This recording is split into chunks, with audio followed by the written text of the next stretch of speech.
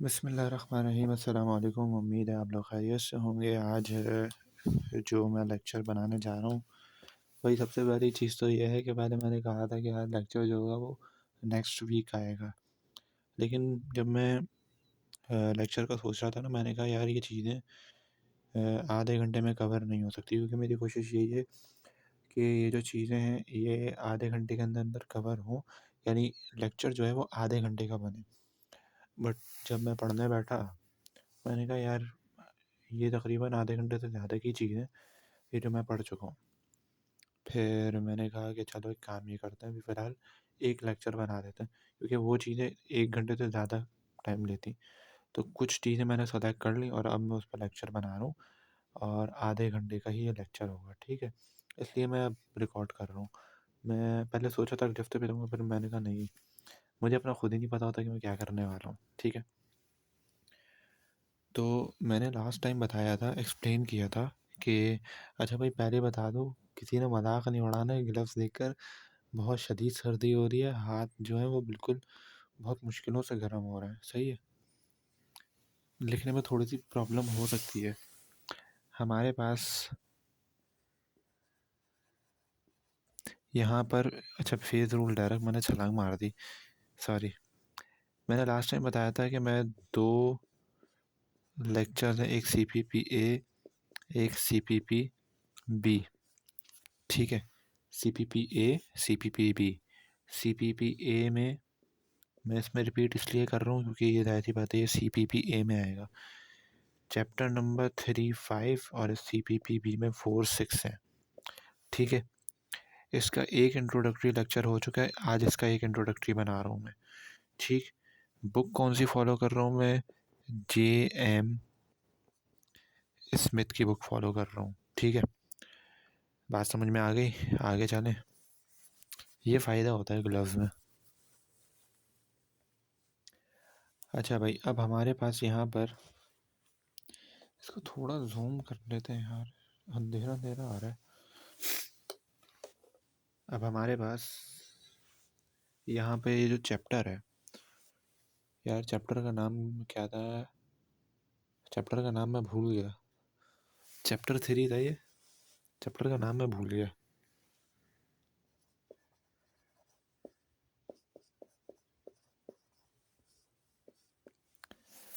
Chapter 3 था ये, JM Smith की बुक का introduction to chemical engineering thermodynamics, वो मैं करा रहा हूँ, सही है? भाई जिनको भी इस वीडियो से फ़ायदा हो रहा है ना, तो वो काइंडली मुझे दुआओं में याद रखा करें, सही? और मेरे लिए शहादत की दुआ किया करें। चलते हैं स्टार्टिंग पे। फेज़ रूल क्या है? सही है? भाई पहली चीज़, ये जो फेज़ रूल है, ये आप कभी डायरेक्ट समझ ही नहीं सकते।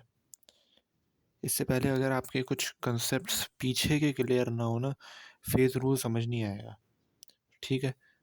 तो पहले कि हम इस चीज़ को समझें, हम पिछली कुछ चीज़ें रिवाइज़ कर लेते हैं। बहुत ज़्यादा डेप्थ में नहीं जाऊँगा, ना फेज़ रूल के टॉपिक में, ना उस टॉपिक में जिसकी वजह से फेज़ रूल का मतलब लेक्चर सुनना ज़रूरी है, ठीक है? यानी जिसकी वजह से फेज़ रूल को आपने मजबूत करना है, आपका कॉन्सेप्ट बनना है, आपने वो कॉन्सेप्ट समझने पड़ेंगे, ठीक? सबसे पहले मैं बहुत इनिशियल पे जाके समझा रहा हूँ कि अगर किसी का पुराना कॉन्सेप्ट वीक भी है, तब भी वो समझ लेगा। केमिस्ट्री में एक टॉपिक होता था, केमिकल बॉन्ड। बहुत बेसिक से जाके समझा रहा हूँ मैं, ठीक है? केमिकल बॉन्ड में हमारे पास 2 टाइप्स के बॉन्ड होते थे। पहला होता था प्राइमरी बॉन्ड, दूसरा होता था सेकेंडरी बॉन्ड। अब बाद लोग सोच रहे होंगे मैं ये कहाँ पे निकल गया भाई, मैं निकला कहाँ पर हूँ ये मैं तो केमिकल बॉन्ड पर आ गया। अभी समझाते हैं मैं क्यों कर रहा हूँ ऐसे। अरे भाई सब फट जाओ, सब फट जाओ।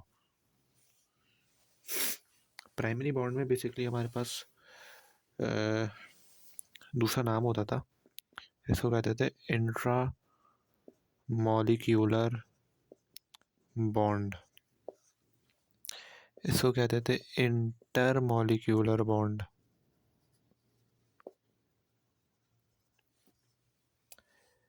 ठीक है, इसमें जो हमारे पास बॉन्डिंग होती है वो एटम टू एटम होती है। इसमें जो बॉन्डिंग होती है वो मॉलिक्यूल टू मॉलिक्यूल होती है। ठीक है, इसमें जो हमारे पास बॉन्ड्स होते हैं वो पहला होता है आयोनिक, दूसरा कोवेलेंट और तीसरा डेटिव बॉन्ड होता है, डेटिव बॉन्ड होता है। ठीक है, बेसिकली ये जो डेटिव बॉन्ड होता है ये कोवेलेंट बॉन्ड की ही एक सब टाइप होती है, जिसको कहते हैं कोऑर्डिनेट कोवेलेंट बॉन्ड। ठीक, उसके बाद फिर इसमें एक और बॉन्ड भी होता है जिसको कहते हैं हम मेटालिक बॉन्ड। ठीक है, भाई थोड़ी सी ना राइटिंग गंदी हो रही होगी क्योंकि ये जाहिर सी बात है यहाँ पे ना अंगूठी है तो वो फंस रही है ना, तो सही तरीके से मेरे हाथ की मूवमेंट नहीं हो रही, ग्लव्स नहीं हटा सकता, बहुत शदीद सर्दी है भाई। ये जब से बारिश हुई है ना कराची में उसके बाद से, कराची वाले जाहिर सी बात है गर्मी से आने के आदी होते हैं भाई। इतनी सर्दी आ जाएगी, पता नहीं गूगल भी क्या शो करता है, वो टेम्परेचर शो हो रहा है 12 डिग्री, लेकिन 12 डिग्री वाली हालत नहीं है, 4 डिग्री वाली हालत है ये, मतलब कपकपी तारी हो गई है। ठीक है, सेकेंडरी बॉन्ड है, उसके बाद मॉलिक्यूल टू मॉलिक्यूल है। ठीक, यहाँ पे बहुत सारे बॉन्ड इस्तेमाल होते हैं। ठीक, और यहाँ पे दो फोर्सेस का नाम डिस्कस करते हैं। पहली होती है डाइपोल डाइपोल फोर्स, दूसरी होती है लंदन डिस्पर्जन फोर्स। ठीक है, लंदन डिस्पर्जन फोर्स। ठीक, इसके लिए एक और वर्ड भी यूज होता था, वो होता था वेंडर वॉल फोर्स।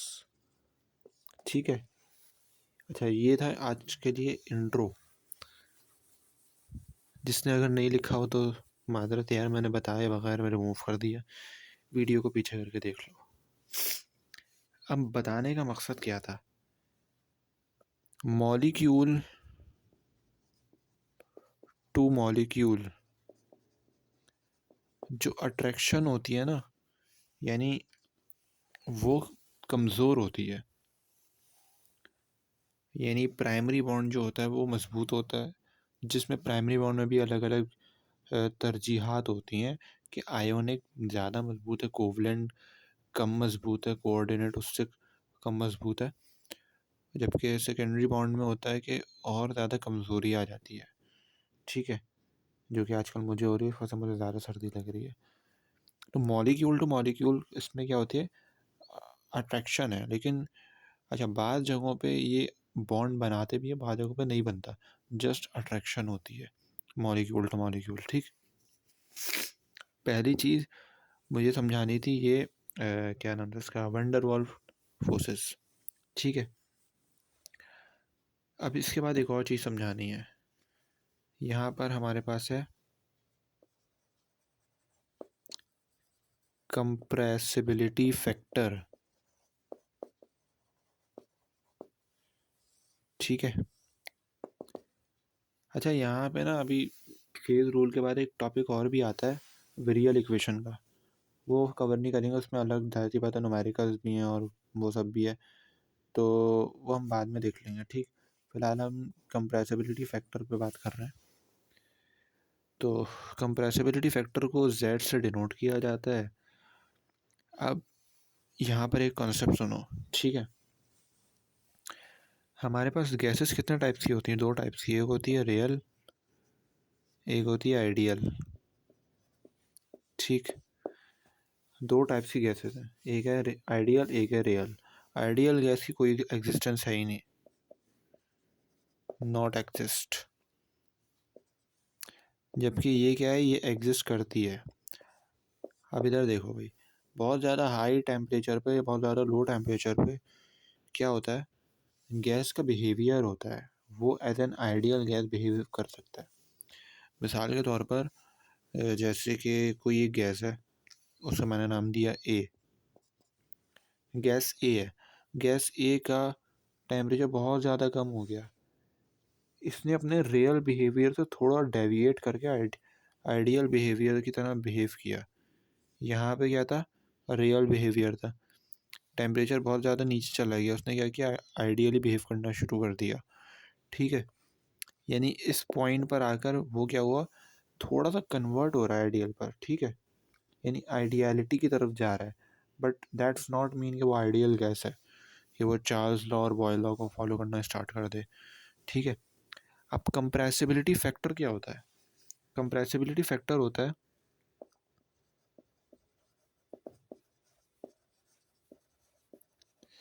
यानी एक गैस है, वो अपने रियल बिहेवियर से आइडियल बिहेवियर पर जा रही है। ठीक है, यानी वो अपने रियल बिहेवियर से आइडियल बिहेवियर की तरफ जा रही है। तो आया कि वो जो गैस है, वो कितना आइडियल बिहेवियर की तरफ, यानी अपने रियल बिहेवियर से आइडियल बिहेवियर की तरफ वो कितना जा रहे हैं, उसकी मेजरमेंट कहलाती है कंप्रेसिबिलिटी फैक्टर। ठीक है, तो ये हो गया। अच्छा, दूसरी चीज़ ये है कि आइडियल गैस के भी अलग अलग पॉइंट्स हैं, वो मैं डिस्कस करूँगा। जैसे कि आइडियल गैस का एक पॉइंट है इनकम्प्रेसिबल। ठीक है, इस टाइप के जो पॉइंट्स हैं ना, वो अगले में विरियल इक्वेशन को समझाने से पहले मैं ये डिस्कस कर लूँगा, और आगे भी मैं इस लेक्चर को थोड़ा सा रिकैप कर दूँगा ताकि जहन में बैठ जाए, कंफ्यूज ना हो। ठीक है,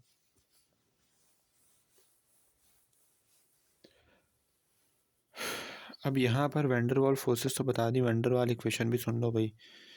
ये वैंडरवाल इक्वेशन होती है, आइडियल गैस इक्वेशन तो सबको पता ही होगी भाई, पी, ये वैंडरवाल इक्वेशन है।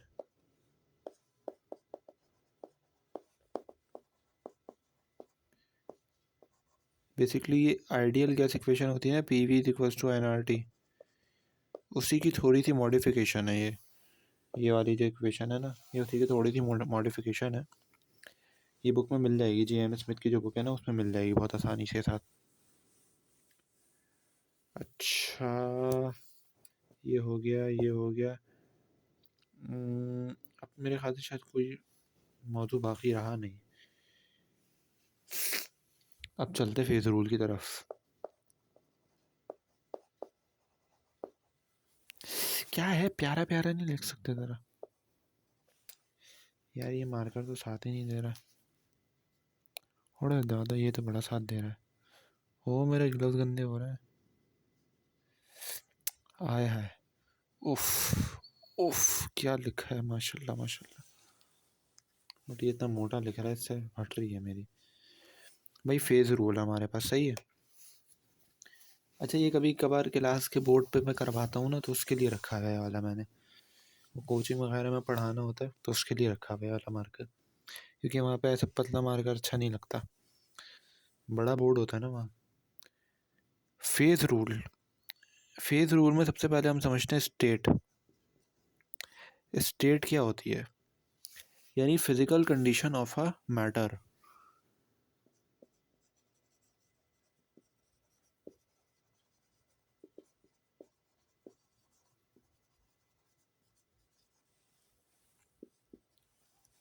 फिजिकल कंडीशन ऑफ मैटर, यानी एक मैटर की फिजिकल कंडीशन क्या है, आया कि वो सॉलिड है, वो लिक्विड है, वो गैस है, वो प्लाज्मा है, या वो बोस आइंस्टाइन कंडेंसेटेड है। ठीक है, ये जो है ना, ये आर्टिफिशियली दो साइंटिस्ट ने मिलकर बनाई थी। एक का नाम था चंद्रशेखर बोस, जो कि इंडियन साइंटिस्ट थे, और एक का नाम था एल्बर्ट आइंस्टाइन। इन दोनों ने मिलकर एक बनाई थी ये BE का मतलब बैचलर्स ऑफ इंजीनियरिंग नहीं है, ये BE का मतलब है बोस-आइंस्टाइन कंडेंसेटेड। ठीक है, तो ये 5 किस्म की स्टेट्स होती हैं, हम हमेशा 4 कहते हैं, बल्कि वैसे तो 6 स्टेट्स होती हैं। सही है, एक स्टेट और भी होती है, खैर उसको फ़िलहाल छोड़ो, टॉपिक से हट जाएंगे वरना हम। ठीक, स्टेट यानी फिजिकल स्टेट वो उसकी क्या है। मिसाल के तौर पर एक चीज़ है, पानी है, पानी का फिजिकल स्टेट क्या है, लिक्विड है। मिसाल के तौर पर हीलियम है, हीलियम की फिजिकल स्टेट क्या है जिसमें वो एग्जिस्ट करती है, गैस है। वुड है, वुड की फिजिकल स्टेट क्या है, सॉलिड है। ठीक है, तो इस टाइप की फिजिकल स्टेट हैं। अब हमारे पास दूसरी जो चीज़ आती है समझने के लिए वो होती है फेज़। अब आया कि फेज़ है क्या, और फेज़ को समझने के लिए क्या क्या चीज़ें समझनी पड़ेंगी, तो फिर उस पर चलते हैं अब। ठीक है,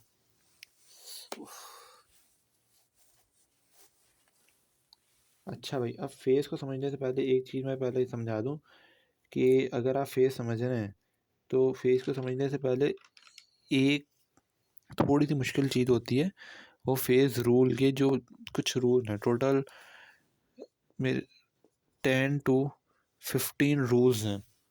ठीक है, फेज़ को निकालने के लिए, नंबर ऑफ फेजेस पूरे के पूरे मैं इस लेक्चर में नहीं कर रहा कवर, मैं 4 कर लेता हूँ कवर, 4 को टारगेट किया मैंने, वरना लेक्चर जो होगा वो एक्सीड कर जाएगा। अभी भी 16 मिनट का लेक्चर चल रहा है, ये 16 मिनट हो गए। ठीक, तो खैर अब फेज़ की डेफिनेशन ज़रा लिखो भाई तुम लोग।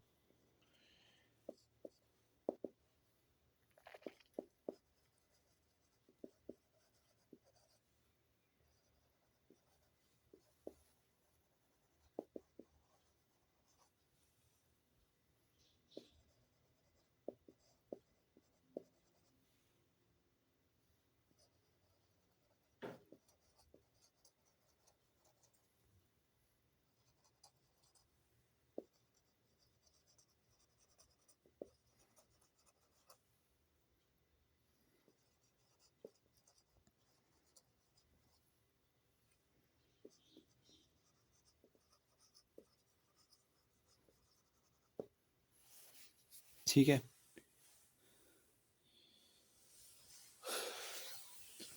Physically and chemically uniform homogeneous and mechanically separable part of system, यानी एक ऐसा मतलब कोई भी कह लो कि हमारे पास ऐसा सिस्टम है जो कि अंडर ऑब्जर्वेशन है। ठीक है, मिसाल के तौर पे लिक्विड है। ठीक, मैंने क्या किया कि लिक्विड में मिट्टी डाल दी। ठीक है, अब फिज़िकली मैं उस मिट्टी के अंदर से, सॉरी उस पानी के अंदर से उस मिट्टी को सेपरेट कर सकता हूँ, कर सकता हूँ। ठीक है, तो वहाँ पे अगर मैं फेज़ को डिफ़ाइन करूँगा ना, तो वहाँ पे 2 फेजेस बन रही हैं, यानी फिज़िकली डिस्टिंक्टेबल हमारे पास होना चाहिए। यानी मैं थोड़ा सा और समझाऊँ कि physically and chemically uniform homogeneous and mechanically separable part of system. ठीक, अब यहाँ पे यूनिफॉर्म होमोजीनियस से मुराद क्या है। ठीक है, मैं समझाता हूँ इसको। मैंने पानी लिया, पानी के बाद मैंने उसमें सॉल्ट क्या किया, मिक्स कर दिया। मैंने अच्छे तरीके से सॉल्ट मिक्स किया। सॉल्ट मिक्स करने के बाद क्या हुआ कि मैंने देखा कि भाई सॉल्ट तो मिक्स हो गया है, अच्छे तरीके से मिक्स हो गया है। तो अब वहाँ पे 2 चीज़ें डिफ़ाइन होती हैं। अगर हम नेकेड आई से बात करें तो हमारे लिए वो होमोजीनियस है। क्यों? क्योंकि वो एक नज़र आ रहा है। हमें ऐसा नहीं है कि हमें नमक के पार्टिकल्स अलग नज़र आ रहे हैं और हमें पानी अलग नज़र आ रहा है। ठीक है, नमक को डायरेक्ट डाल के देखो तो क्या होगा, नमक नीचे बैठ गया।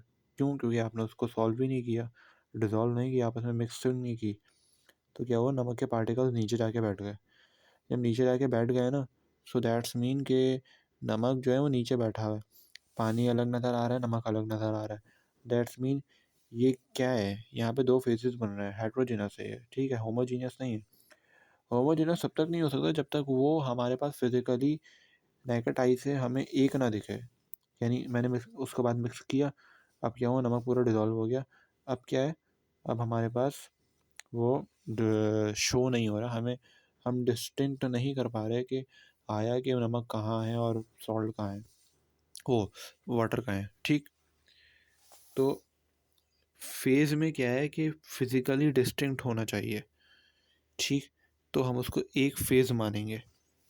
मिसाल के तौर पे अब मैं यहाँ पे एक बात समझाता हूँ। मैंने एक सिलेंडर लिया, नज़र आ रहा है, मैंने एक सिलेंडर लिया, सिलेंडर में गैस भरवाई क्योंकि मुझे पराठे बनाने थे, और गैस बड़ी महंगी हुई है यार आजकल। एलपीजी जो है वो आसमान को टच कर रही है। अल्लाह मियाँ जिसने भी ये गैस का निज़ाम कर दिया है ना, उसी के सर पे खींच के सिलेंडर मारूंगा मैं तो। ठीक है, मिसाल के तौर पे मैंने एक बर्तन लिया, उसमें मैंने पानी लिया, उसमें मिट्टी भी डाल दी। मेरे पास दो फेजेस बन गई हैं। क्यों? क्योंकि दोनों मेरे पास फिजिकली डिस्टिंक्टेबल हैं। दोनों को मैं क्या कर सकता हूँ, दोनों को डिटेक्ट कर सकता हूँ। क्यों भाई, ये पार्टिकल है मिट्टी का, ठीक है, यहाँ पे पार्टिकल है वाटर का, ये सॉइल, ये वाटर। तो क्या हुआ, वो सॉइल था, वो वाटर था, दोनों अलग अलग डिस्टिंक्ट हो रहे थे, बिल्कुल अलग अलग थे। तो ये मेरे पास क्योंकि एक डिस्टिंक्टेबल है, ये एक फेज हो गई, ये दूसरी फेज हो गई। हमारे पास क्या हुआ, यहाँ पे दो फेजेस बन गई। चूंकि मेरे पास दो फेजेस बन गई हैं, तो दो फेज होने की वजह से मेरे पास क्या है, ये अलग अलग फेज हैं। तो यहाँ पे एक फेज ये, एक फेज ये, दो फेज बन गई, दोनों डिस्टिंक्टेबल थी, इसलिए मैंने दोनों को अलग अलग फेज नाम दे दिया। तो फिर फेज क्या होती है, फिजिकली डिस्टिंक्टेबल चीज़ होती है। दूसरा ये होमोजीनियस क्या है, होमोजीनियस जब हम उसको मिक्सिंग करें, जब मिक्सिंग करने के बाद हमारे पास क्या हो, वो फिजिकली पूरे तरीके से मिक्स हो जाए।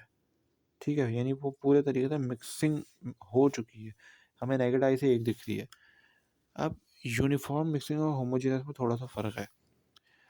हम कह रहे हैं कि नेकेड आई से, मिसाल के तौर पे मैंने शुगर है, पानी में डालकर डिज़ोल्व कर दी, फिर भी कुछ इक्का दुक्का ज़र्रे नीचे बैठ जाते हैं, वो मेरे पास होमोजीनियस मिक्सिंग नहीं है, वो मेरे पास यूनिफॉर्म मिक्सिंग है। क्यों? क्योंकि मेरे पास थोड़ा थोड़ा डिस्टिंक्ट हो पा रहा है मेरे लिए ना, तो इसलिए वो क्या है, वो यूनिफॉर्म मिक्सिंग है, सो दैट्स नॉट होमोजीनियस। बात समझ में आ रही है? ठीक है, तीसरी बार mechanically separable part of system, यानी मिसाल के तौर पर फेस, देखो सॉइल क्या है, सॉइल मैं मैकेनिकली सेपरेट, मैकेनिकली यानी मैं हाथ सामने सामने कर सकता हूँ। मिसाल के तौर पर मैं मिसाल दे रहा था सॉल्ट प्लस वाटर की। ठीक है, मैंने कहा कि यार मैं पानी में से नमक को सेपरेट कर सकता हूँ। तुमने कहा कि भाई नहीं, ये जो पानी है मैं इसको एवापोरेट करूँ, वो मैकेनिकली नहीं हो रहा ना, वो सामने सामने फिजिकली हो ही नहीं पा रहा। हम उसमें एक अलग से एक प्रोसीजर इंट्रोड्यूस करा रहे हैं। ठीक, मैकेनिकली कैसे, कि मिसाल के तौर पर मैं जैसे मैंने चावल डाल दिए पानी में, चावल एक फेज़ है, वो एक फेज़ है। क्यों? क्योंकि यहाँ पे क्या है, mechanically separable part of system. मैंने पानी में हाथ डाला, मैंने यूँ करके चावल निकाल लिए, मैं उसको मैकेनिकली सेपरेट कर सकता हूँ, हाथ से ही कर रहा हूँ अपने काम ना। ठीक है, तो इसको बिल्कुल इस तरीके से समझ लो कि मैं उस काम को हाथ से ही कर रहा हूँ। अबे यार फट गया डंबल की वजह से, जी बेइज्जती करा देता है वीडियो में। तो मैकेनिकल सेपरेट होता हो तो physically and chemically uniform homogeneous भी हो, मैकेनिकली सेपरेबल भी हो, तो वो क्या कहलाता है, एक फेज कहलाता है। ठीक है, अब हाँ गंदे हो जाओ तुम। ठीक, उसके बाद हमारे पास एक और पॉइंट है जो कि मैंने अपने पास लिखा हुआ है कि two mixed substance mix completely not identifiable और वाटर प्लस सॉल्ट, ये भी लिखवा ही देता हूँ मैं। ठीक है,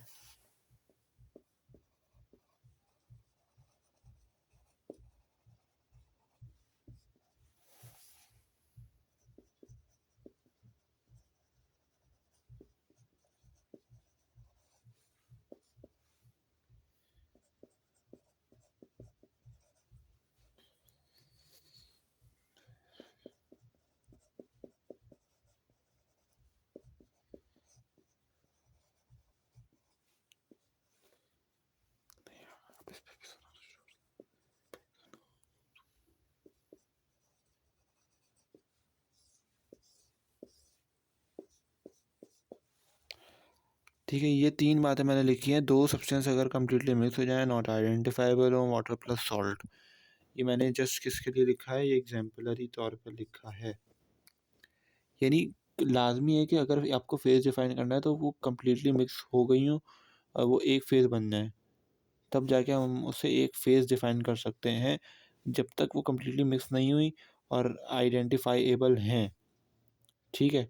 तो वो उसको मैं एक फेज़ डिफाइन नहीं कर सकता, उसको 2 ही फेज़ फिर करना पड़ेगा, हेटेरोजेनस वगैरह वो सीन अलग है, ठीक? तो नॉट आइडेंटिफाइएबल होना लाज़मी है। जैसे कि वाटर प्लस सॉल्ट में होता है समटाइम कि सॉल्ट बिल्कुल डिसअपीयर हो चुका है पानी में से।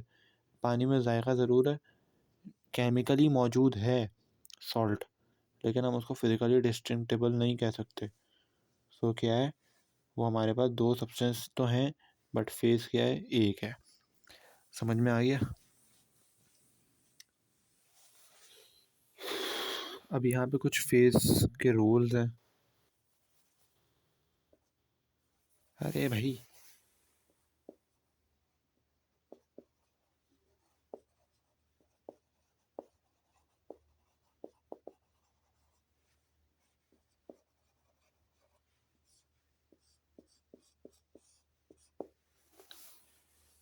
Rules for calculating phase. अब हमारे पास पहला जो रूल है वो है मिक्सचर ऑफ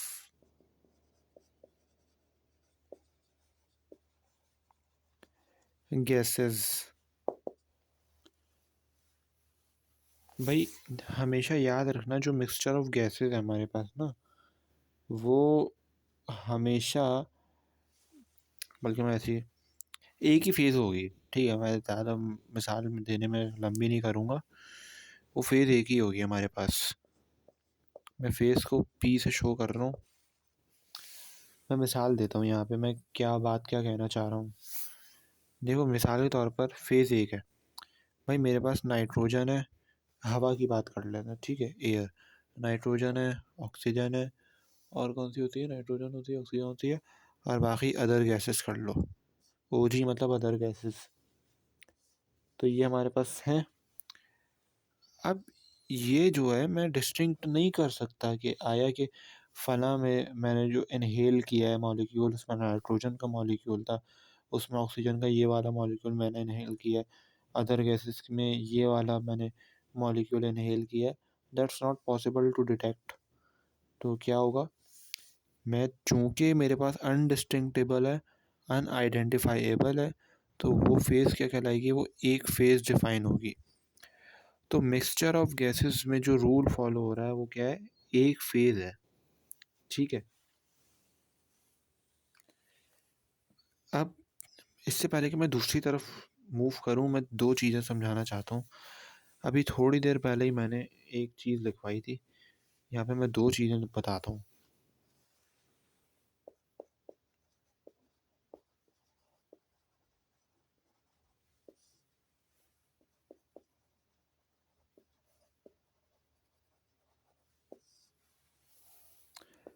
पहला कि मिक्स कंप्लीटली हो,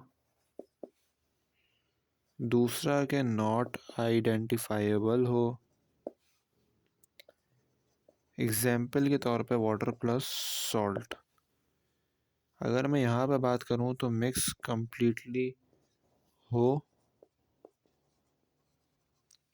लेकिन उसके बाद भी हम आइडेंटिफाई कर सकते हो वाटर प्लस राइस, ठीक है? ये 3 चीज़ें हमारे पास होनी। अगर ये 3 चीज़ें हैं तो ये और ये, तो ये जो 3 चीज़ें हमारे पास बेसिकली आ रही हैं ना, होमोजेनस और हेटेरोजेनस, तो इन दोनों में मैंने डिफरेंस बताया है कि अगर ऐसा होगा तो वो हेटेरोजेनस कहला रहा है, ठीक? तो अब जो मुझे यहाँ पे चीज़ समझानी है ना, वो कोलोइडल सॉल्यूशन है। अच्छा, ये रूल मैं क्यों समझा रहा हूँ, ये रूल शायद क्लास में ना पढ़े हो, बट मैं किसी वजह से समझा रहा हूँ, आगे न्यूमेरिकल्स में काम आएगा। भी मेरे ख्याल से शायद बुक में भी नहीं लिखे हुए। कोलोइडल सॉल्यूशन क्या है? मिसाल के तौर पे भाई पानी है, पानी में पानी, जाहिर सी बात है, पानी भी है प्लस ऑयल भी है, सही है। पानी में पानी भी है, ऑयल भी है। तो चूंकि पानी में पानी भी है, ऑयल भी है, दोनों both are insoluble for each other, ठीक है। दोनों एक दूसरे में डिजॉल्व नहीं हो सकते, सॉल्व नहीं हो सकते। तो उसकी वजह से क्या बनता है, अजीब सी ना बबल्स से बन जाते हैं, पानी के अंदर ऑयल के बबल्स बन जाते हैं और अलग से ही एक सॉल्यूशन टाइप बन जाता है। तो हम उसको अलग से एक नाम भी देते हैं, जिसको कहते हैं एमल्शन। एमल्शन कह लो, एमल्जन कह लो, जो भी कह लो। ये जो है चूँकि अलग अलग डिस्टिंक्टेबल है, ऑयल को मैं अलग डिस्टिंग कर सकता हूँ, बोल सकता हूँ हाँ भाई ये ऑयल है, ये वाटर है। सालन बनता है, सालन में अजीब अजीब से मतलब गोल गोल से बन जाते हैं ना ब्राउन कलर के ड्रॉप्स, तो वो क्या है, वो सालन है। लेकिन वो क्या है, हेट्रोजीनियस है, ठीक है। ये लेक्चर शूट हो रहा है 27 जनवरी 2026,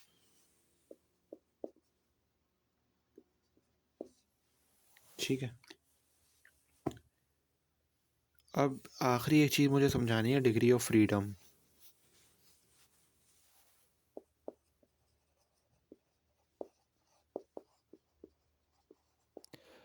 फ्रीडम कहते हैं आज़ादी को, और पाकिस्तान को आज़ाद हुए 75 साल गुजर गए, अब पाकिस्तान आज़ाद नहीं है, ज़्यादा खुशी होने की ज़रूरत नहीं है, ठीक है।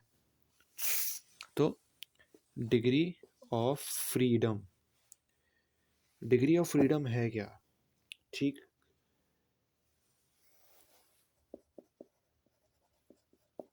भाई मार्कर को सर्दी लग रही है,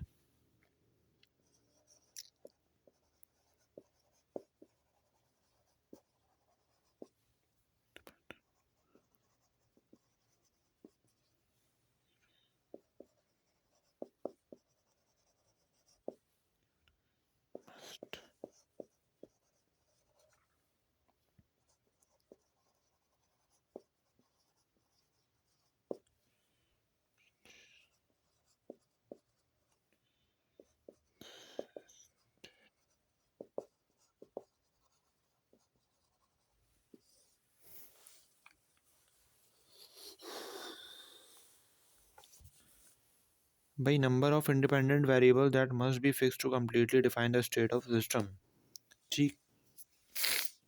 इंडिपेंडेंट वेरिएबल्स यानी ऐसा वेरिएबल, यहाँ पर लिख भी देता हूँ, जैसे टेम्परेचर, या 3 वेरिएबल्स हो सकते हैं, ठीक। लेकिन ज़रूरी नहीं है कि हर कंडीशन में ये इंडिपेंडेंट ही हो, कुछ में डिपेंडेंट भी हो सकते हैं, और कुछ वेरिएबल हो सकता है कि कुछ वेरिएबल डिपेंडेंट है उसी कंडीशन में, और कुछ इंडिपेंडेंट है।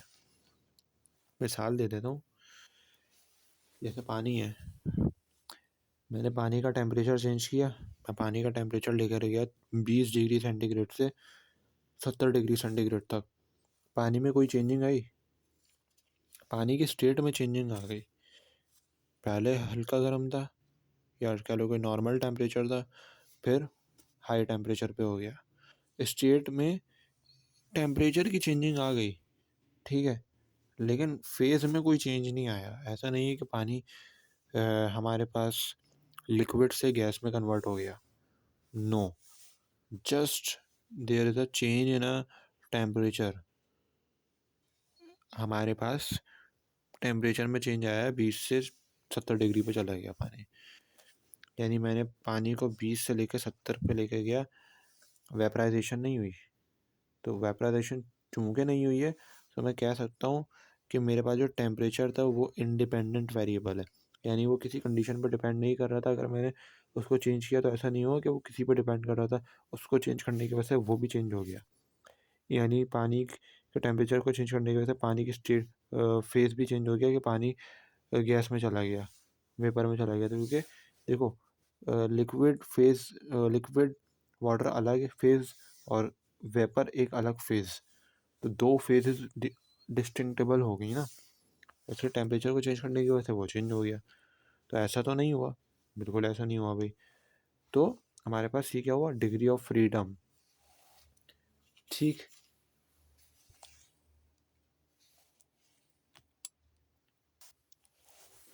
अच्छा भाई, फाइल थोड़ी सी लार्ज बन गई है, वार्निंग आ रही है मेरे पास। मैं तेज़ी से एक चीज़ बता रहा हूँ कि हमारे पास एक गिब्स फेज रूल की इक्वेशन होती है, ठीक है। F is equals to 2 pi plus n। इसमें हमारे पास ये जो होता है, ये नंबर ऑफ फेज होता है, ये नंबर ऑफ कंपोनेंट है, ठीक है। हमारे पास एक क्वेश्चन है, क्वेश्चन क्या कहता है देखते हैं। सही है, हमारे पास क्या कह रहा है, liquid water and steam are in equilibrium, find the degree of freedom. यानी बेसिकली एफ फाइंड करना है हमें। तो लिक्विड वाटर जो है ना, लिक्विड वाटर जो है वो हमारे पास, साई के लिए मैंने हाथ रखा हुआ है यहाँ पे, और स्टीम। लिक्विड वाटर और स्टीम क्या है, वाटर लिक्विड है, स्टीम अलग है। तो फेजेस कितनी हो गई हमारे पास, 2 हो गई। पाई कहते हैं नंबर ऑफ फेजेस को। और उसके बाद नंबर ऑफ कंपोनेंट, कंपोनेंट यानी लिक्विड तो लिक्विड है ना, यानी पानी है सिर्फ यहाँ पे। ऐसा नहीं कि चावल भी है उसमें और वो भी है। तो ये क्या है, कंपोनेंट यानी एक ही है, लिक्विड है, ठीक। तो वो कितना है, एक है। हमने जस्ट यहाँ पे क्या किया, एफ इज इक्वल्स टू 2 - 2 + 1। तो हमारे पास डिग्री ऑफ फ्रीडम कितनी आ गई, 1, ठीक है। बाकी इंशाल्लाह नेक्स्ट लेक्चर में देखते हैं। कोशिश थी कि मैं इसको अच्छे से अच्छे कन्वे कर सकूं, लेकिन नहीं कर सका मुझे लग रहा है। अगले लेक्चर में खैर समझते फाइल का टाइम पूरा होने वाला है। तब तक के लिए